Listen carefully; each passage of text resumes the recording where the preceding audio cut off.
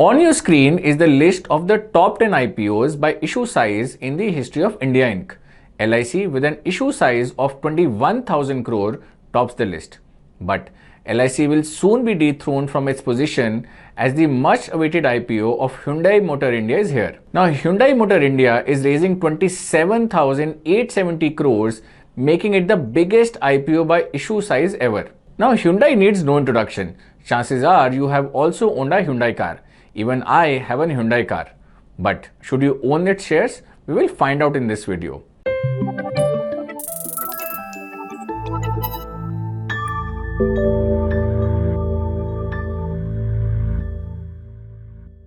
Hello and welcome to ET Money's YouTube channel. Today, we will analyze Hyundai Motor India's IPO so that you can decide whether to invest in it. The IPO opens on Tuesday, October 15th and closes on Friday, October 17th. So you have only a couple of days to decide whether you should invest or give it a miss.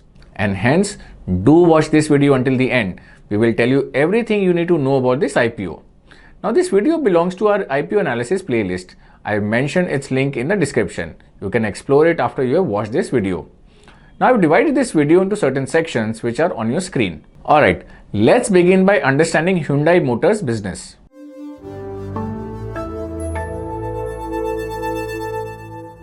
Now Hyundai Motor India is part of the Hyundai Motor Group, which is the third largest auto OEM or original equipment manufacturer in the world based on passenger vehicle sales in calendar year 23.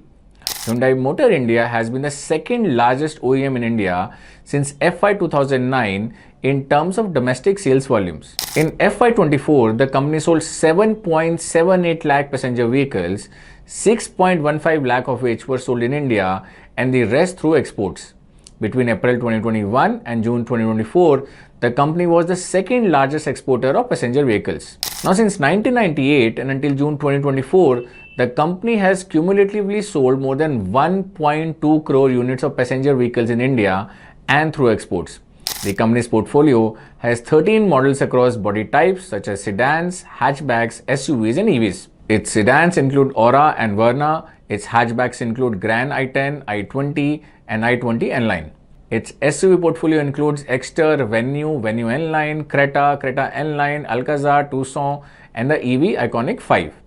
The company also manufactures parts such as transmissions and engines that it uses for its own manufacturing process or sales. Now Hyundai Motor India has a royalty agreement with its parent Hyundai Motor Company, amounting to 3.5% of the sales revenue on a quarterly basis. The company has 3 manufacturing plants, 2 in Tamil Nadu and 1 in Maharashtra. So this was a brief introduction to Hyundai Motors business. Let's check the industry overview now.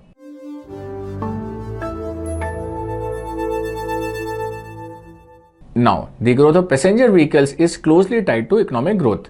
Globally, a variety of factors including geopolitical tensions, high interest rates and extreme weather events have kept growth in check. The outlook also remains subdued.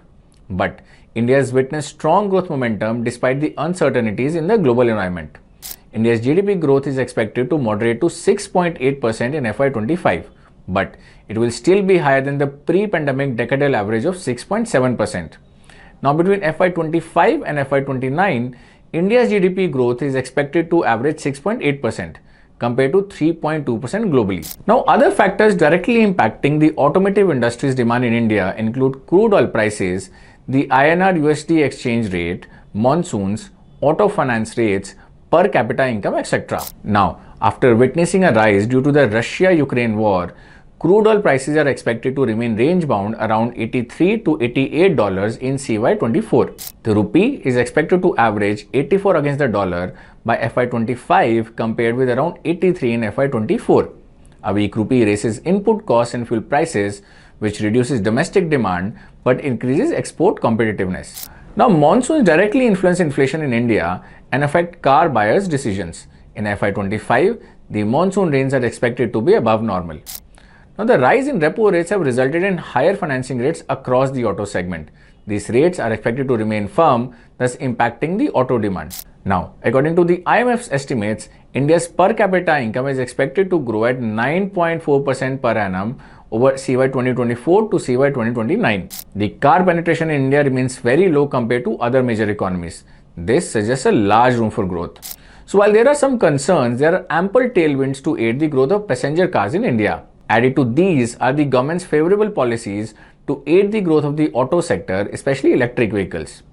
Now, other positive factors include improving infrastructure, PLI schemes, India's median age of just 28 years, a large working population, the growing craze for higher end cars and SUVs, etc. So, all these are likely to positively impact the passenger vehicle segment.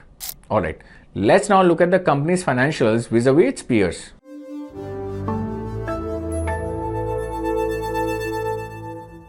Let's start with the company's revenue and profit. Over the last 2 years, the company's revenues and profits have grown at a stellar 22% and 45% per annum. Now let's compare these growth rates with those of Hyundai's listed peers, Maruti Suzuki, Tata Motors and Mahindra & Mahindra. All listed peers have reported growth numbers similar to those of Hyundai. Tata Motors' profit growth is invalid as the company turned around during this period. But the real star of the pack is Maruti Suzuki with revenue and profit growth of 27% and 89% per annum. Alright, let's now check the return on capital employed or ROCE and operating margins of Hyundai versus its listed peers. Hyundai is the undisputed leader in ROCE. Its operating margin is behind only M&M. Let's check the debt to equity ratios of the 4 companies too. All 4 companies have low debt to equity numbers. Next, let's look at the cash flow from operations of Hyundai. The company's cash flows from operations are quite healthy and have risen over the last 3 years. Finally, let's check Hyundai's valuations versus its peers. Let's use 2 metrics, the price to earnings ratio and the price to book ratio. Now, Hyundai's valuations in terms of the PE ratio are largely in line with those of the listed peers. However, in terms of PB ratio, the valuations appear quite high. Overall, Hyundai Motor India's financials are robust and compare well with its peers. Alright, let's now move to the next section. But before that, please subscribe to the channel if you aren't already a subscriber and don't forget to press the bell icon so you never miss a video from us.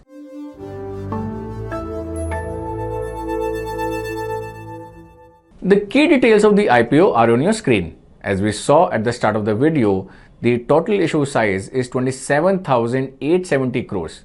This makes it the largest IPO so far by issue size. The entire IPO is an offer for sale or OFS and there is no fresh issue of shares. Now, in an OFS, the money raised doesn't go to the company, but to the selling shareholders. In this case, the selling shareholder is the promoter, the Hyundai Motor Company. The IPO opens on 15th October and closes on 17th October. This is something that we discussed at the start of the video. Now the price band is between 1865 to 1960 per share. At the upper price band, the company's market cap will be over 1.59 lakh crore, making it the 4th largest listed auto manufacturer by market cap. The minimum investment required from retail investors in the IPO is 13,720, which will fetch 7 shares in the company. Since there is no fresh issue of shares, the shareholding pre and post IPO will be the same. Also, note that there is a special employee discount of 186 rupees per share. So if you work at Hyundai and apply for the IPO, you get a discount of about 10%. Alright, let's now check some crucial IPO metrics.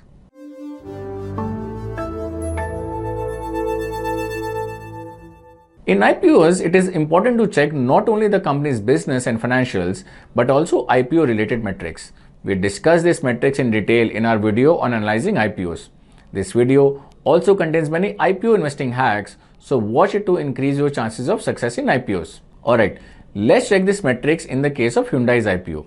The first is the fresh issue versus OFS. As we saw, this IPO is completely an OFS, so the company is not going to benefit from the IPO proceeds. The entire money will go to Hyundai Motor Company, the promoter. This is a major negative, as it hints at opportunistic behavior on the part of the promoter, especially at a time when the Indian markets are making new highs. More fundamentally, should you lap up the shares if a promoter is selling a stake for cash? That's surely some food for thought. Now the second metric is objects of the offer. According to the company, the objects of the offer are to carry out the OFS and list the company's shares. The company believes that listing of shares will enhance its visibility and brand image and provide liquidity for the company's equity shares in India. The third metric is the share issue at a price below the IPO price. The company hasn't issued any shares below the IPO price and the promoter hasn't acquired any shares in the company below the IPO price over the last 3 years. This is good. The next metric is litigation against the company. There are 4 criminal proceedings, 134 tax claims, and 1048 cases of civil litigation pending against the company. The aggregate amount involved is over 6,200 crores, which could be a matter of concern. As far as contingent liabilities are concerned, the amount involved stands at about 3,800 crores. This is also quite a large amount. Now, a contingent liability is a possible obligation that may or may not occur depending on a future event. So, low to nil contingent liabilities are desirable. Finally, let's see some key risk factors mentioned by the company in its RHP. Now, Hyundai Motor India has mentioned 94 risk factors in its RHP. Many of them are like disclaimers. Here we present some of the notable ones. First, 2 of the group companies, Kia Corporation and Kia India Private Limited, are in a similar line of business as Hyundai Motor India and could result in a conflict of interest. Second, the company depends on a group company called Mobis India to supply spare parts for after-sales service. So any problems at Mobis can impact Hyundai Motor India as well. Third, any change in the royalty agreement between the company and its parent can affect the shareholders directly. Fourth, the company is yet to capitalize fully on the EV wave. It has just one EV in its product portfolio so far and is majorly dependent on internal combustion engine vehicles. Fifth, the company's manufacturing units are operating at high capacity utilization levels. So, the company may find it difficult to meet additional demand swiftly. Sixth, the company admits that litigations against it can adversely impact the business. Now you can read the full list of the risk factors in the company's RHP. Alright, let's sum up what we have discussed in this video so that you can decide whether or not to invest in Hyundai Motor India IPO.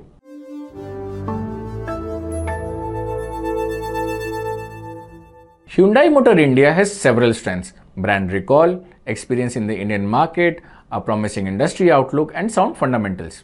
The IPO valuations are reasonable too and don't appear to be stretched. On the negative side, the company itself will not benefit from the IPO.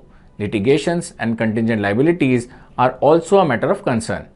Further, the company's high dependence on its parent can compromise Indian shareholders' interests. Given all this, would you invest in this IPO? Do let us know in the comment section and give the rationale for your decision as well. And this is what I had for you today. I hope you found this video useful, and if you did, please share it with your friends and family. I'll be back soon with another video. Till then, take care. Investment in securities market are subject to market risks. Read all the related documents carefully before investing.